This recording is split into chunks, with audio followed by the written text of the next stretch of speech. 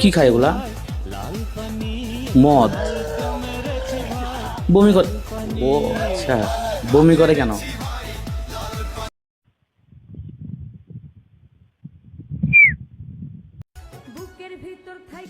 এটা কি সাপ?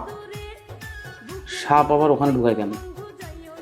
আমার কিন্তু দোষ নাই। এইটা আবার কি হিজড়া নাকি? একলা একলা ভেজেছো, আমি মানা করলাম। তো এর সাথে মেয়েগুলা কি করে জ্বর হয়, বুঝলাম না। আমার দোষ নাই। মানে ওকে অবশ্য দেখে হিজড়া হিজড়াই লাগে। দেখলো ভাইরাল হয়েছে রে। বেশ, প্যান্টের মধ্যে হাত দেয়, সমস্যা কি?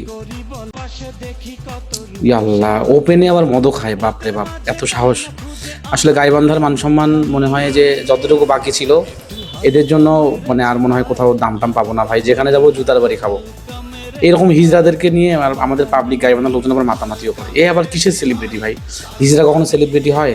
এ তো অশ্লীলতায় ভরা। এর তো সব কিছু আগাতে পা থেকে মাথা অব্দি সবই অশ্লীলতা।